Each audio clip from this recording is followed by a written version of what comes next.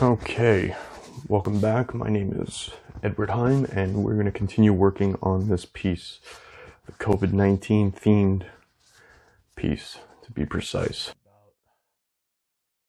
We're under quarantine like much of the world. I just exercised in my backyard. The company of my dog, Bear, with me. He was going nuts, doing his own version of exercise, i.e. mostly getting in my way, which is fine. I love my dog.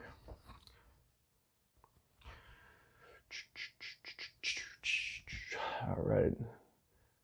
So, holding the back of the paintbrush, which is something you want to do when oil painting, so I'm told, gives your paintings a very painterly effect. So, moving brushes around, different intensities, different strengths, and you want that. Go check out some of your favorite artists, I don't care who they are, oil painters, and this particular example I'm trying to make, but I'd rather point out, I got a hair there, but focus in on the brush strokes.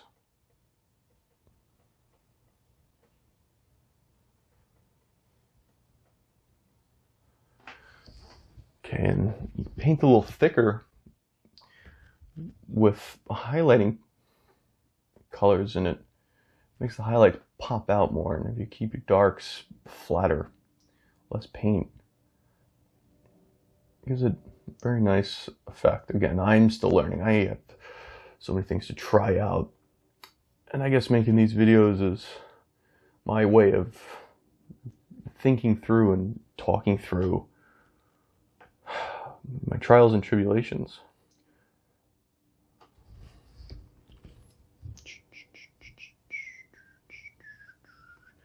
Need some more white. See, unlike titanium white, which is what the other white I also use, but right now it's not currently on my palette. Kremitz white, lead white, you can definitely use more of it mixing into your paint. It's a little more, it's definitely more transparent than titanium white. Because of that,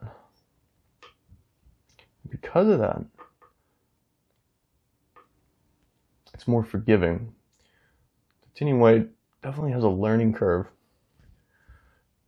where you're going to realize that a tiny amount of it really, really lights up, really brightens up your mixtures. Kind of like CAD red light, just a teeny bit, set your whole world on fire. So with that, I love titanium white, and again, I use it especially when I'm really trying to get my highlight colors like super on point. I'm definitely going with titanium white mixed into my colors. And here,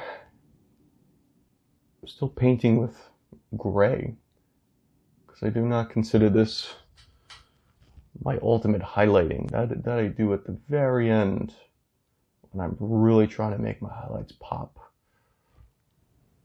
I'm not there yet, but I do need to brighten up. I gotta get more of the cloth coming through, because although it is very dirty and it's very stained from what I'm looking at, it's not a brown cloth, it's white cotton, right? But it's white cotton in shadow, and a lot of shadow, and it's got a lot going on.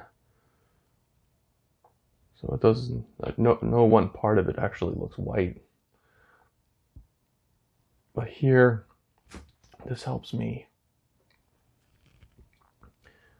get in for later when I do come back, to really put in my highlights. It's just less work for me to do later.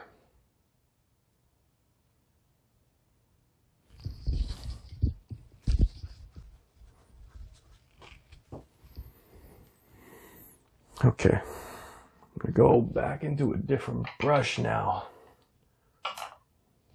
Maybe this flat brush with some darker color. I want to focus on this map a little bit more.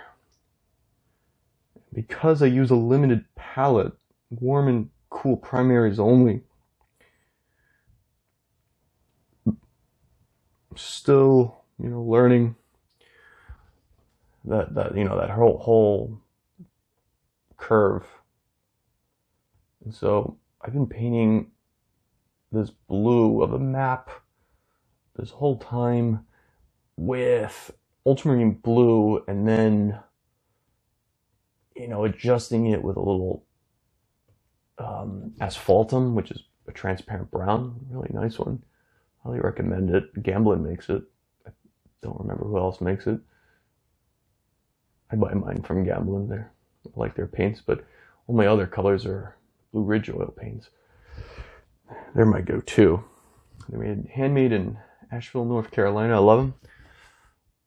Not getting paid anything to recommend them. I just really, really like them, and I like it's American made, and I just like that it's handmade. So there's the art of making paint, and then coming along and buying that, and then using that to make your own art. Anyway, so right now for the first time on this map, I'm actually dipping into my other blue, my cerulean blue, and then mixing that into my ultramarine blue, because there are just some colors. I mean, I haven't figured it out yet. That there's definitely limitations, and I'm still learning what those are. I have no intention of buying 50 painted colors. I want to learn by mixing with a limited palette, so I need to learn and push as far as I can. So it's definitely a learning adventure. By adding the cerulean blue, it's definitely helping my mixture get to where it needs to be. The cerulean blue is definitely lighter, a lot lighter than my ultramarine blue. So it's acting as a lightener. I'm pleased with the results. So, I learned something. That's what this is all about, learning. Learning and having fun, hopefully. Or preferably, I should say. Okay, so add in a lot of this blue mixture. Again, I'm not going for absolute perfection, but I need to get it to a point where I'm happy with it.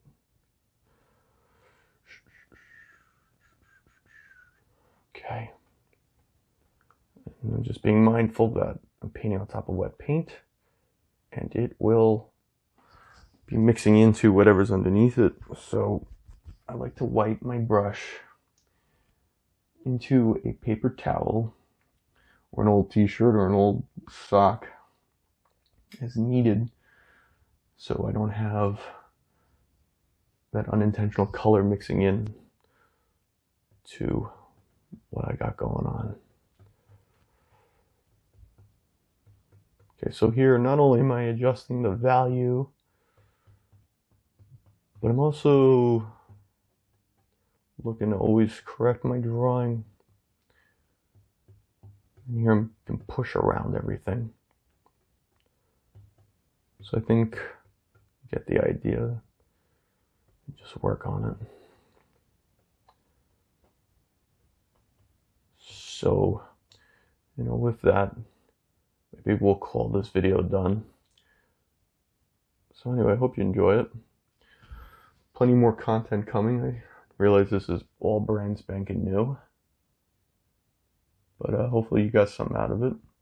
at the very least enjoyed yourself, even if you don't paint. Thanks for stopping by. And at any rate, have a good night, and until next time.